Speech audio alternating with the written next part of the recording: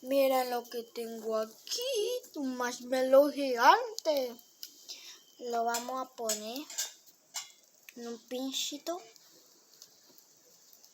ahí para quemarlo. No quemarlo, cocinarlo. Sería una lástima que se quemara. Ay, está un poco tan cerca. Hay carne. ¡Salchicha! Mucho humo. Ay, no hay nada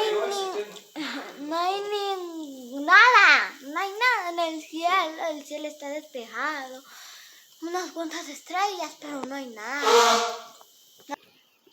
¿Sabían de que, les cuento algo? ¿Sabían de que acá, en esa carpa de campaña que ven ahí, dormimos ayer, a la noche, como a las 11? Pero nos agarró la lluvia. Entonces tuvimos que poner un techito para que no nos caiga el agua. Venía, se iba, venía y se iba el agua.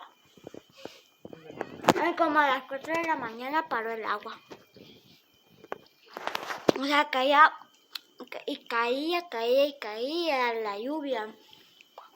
Y como a las 4 terminó de llover.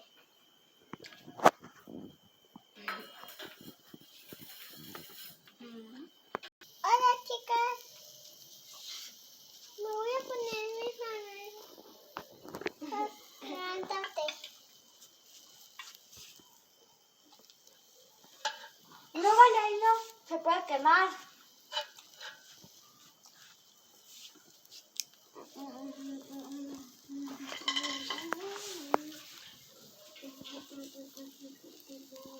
Ahorita no está lloviendo, ¡qué alegre! El marshmallow. Después vamos a dormir aquí, allí. Ahí está mi hermana allá. Me gusta dormir en mi cama.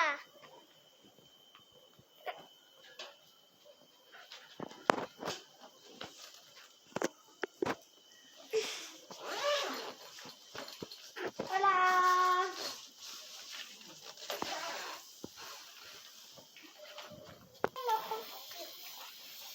No, ahí no se pone.